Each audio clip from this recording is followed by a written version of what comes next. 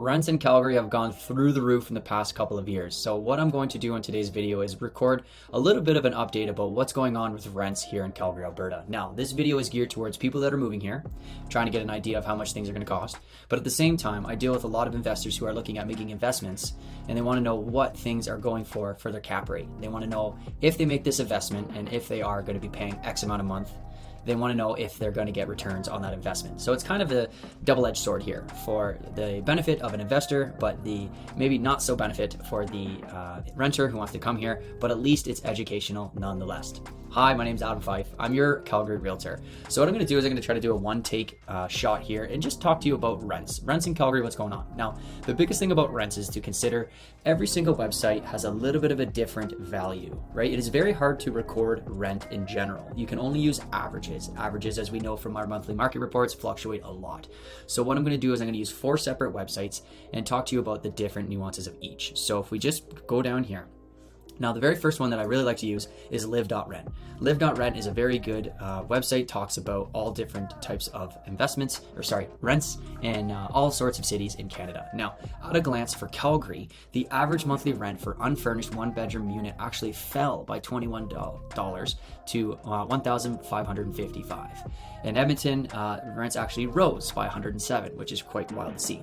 Now, this May, average rent prices for an unfurnished one-bedroom have fallen slightly in Calgary, while increased by quite a bit in Edmonton. Regardless, these changes, both Calgary and Edmonton, still have rents well below other Canadian rental markets, such as Toronto and Vancouver, which we find ourselves continuing to compare ourselves to time and time again.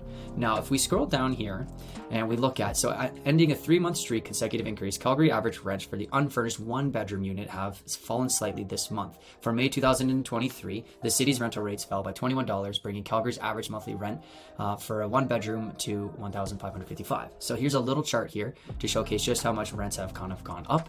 With the spring market, it has a small price correction here, and who knows where it's going to end up. I would argue that rents are going to continue to rise as the real estate market continues to rise, so we'll just have to keep an eye on this. So $1,555. This is for a one-bed unfurnished basement or condo, sorry. So this is just, again, a little bit of an average here. So one bed furnished is 19, unfurnished is 155. We have a little bit about Edmonton here, which we're not really going to touch on. Edmonton is a little bit more of an affordable city compared to Calgary. The lifestyle is a lot different compared to Calgary, so keep that in mind. So here is a snapshot of different quadrants of Calgary. You can see that this is the 1-bed, 2-bed, and 3-bed. Rents have gone up and rents have gone down in some areas. Again, these are only averages.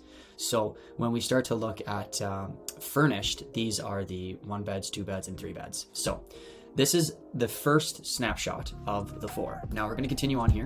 Now this Rentfaster.ca is something that I utilize greatly. When I work with investors looking to make an investment, I actually utilize Rentfaster.ca the most. It allows me a really good, quick opportunity to find out what rents are going for in a specific area a lot faster. So rents here, the average rental for the top 50 cities in Canada. So if we zoom out here, you can see that there's a lot of Ontario and BC. Vancouver being the first. Calgary's actually 13th least expensive according to Rentfaster.ca. Now, I'm going to talk about this one, but if we look at Rentals.ca, this is where it gets interesting. You go down to Rentals.ca, it's actually the 26th, right?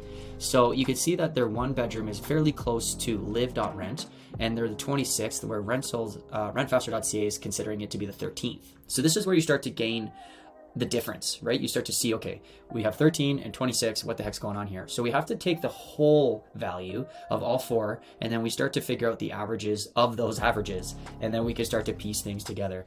One website is going to have a little bit of a different say than the other. So this is Rentfaster.ca. So you can see at Rentfaster.ca, it's saying that it's $1,777. Now it doesn't have a furnished or unfurnished.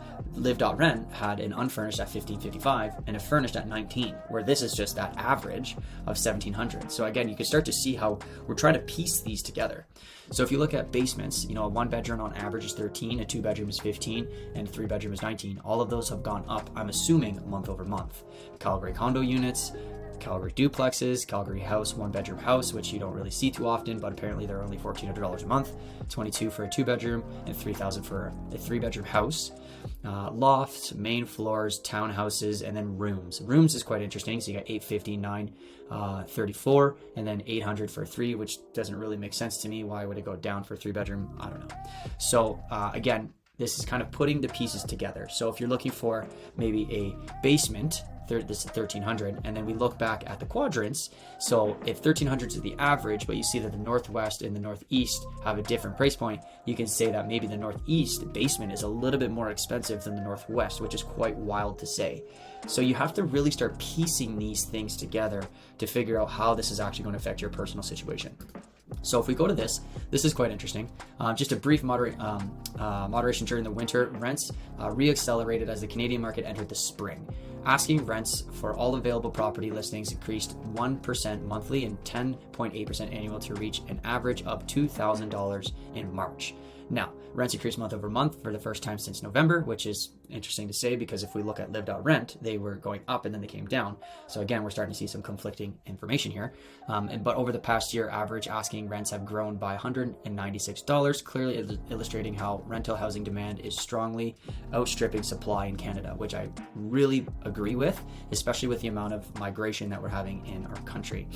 So let's talk about this last one. So this last one's quite interesting. I really do like the way that Zumper.com puts it because it gives you just a quick, brief breakdown here. So if we go studios, we can see $4,600 a month, up 44% year over year. And then apparently there's 18 apartments for rent. I'm not 100% sure what exactly that means, if that's currently on their website or not. You can see that this rental rate actually flows well with the average on Rentfaster, where it's gone up 36% year over year, a $471 increase from last year. And this is apparently how many they have. We go to 2 beds, you can see $195, 27% year over year, again, an increase of $400. 3 beds are 24 with a 25% increase, up $487. And then a house, basically $2,700 on average, 15% year over year increase, and then a $350 increase as well. Now, one thing I really like about Zumper is it gives us a really cool illustration.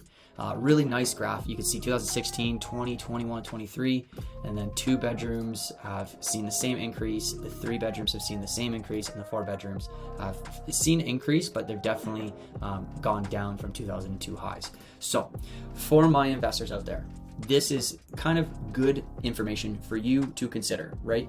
You are paying a little bit more of a premium price for a house right now, but at the same time, the rents are also increasing. So you really want to make sure that you're following the data to make sure that if the interest rates are going up, the home prices are going up, that the rents are going up enough to offset and give you a better cash flow. For my renters out there who are coming to Calgary, this is not good news for you, and I apologize. It's not fun to see, but it is very important to know this information so that when you go into a negotiation situation for an example, in a home in North or Southwest, you know what the averages are, so you have a general understanding of what to expect when you go into that situation.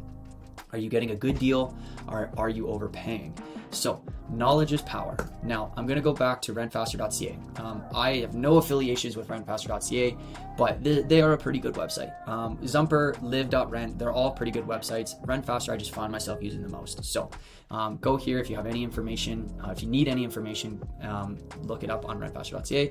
I don't do rents. I'm not a lease manager. I'm not a property manager. I am a real estate agent. But at the end of the day, it is very important for us to realize what's going on in its entirety here in Calgary. So this is my 2nd month doing this. So I really appreciate some feedback. If you like what you see, let me know. If you're looking for an extra added value or an extra layer of information, please let me know, because I will happily do the research and bring it to your attention for next month. So thank you very much. I really appreciate your time. If you have any questions at all, my link is in the description for my Zoom call, calendar link, and let's have a conversation. So we'll see you on the next one. Peace.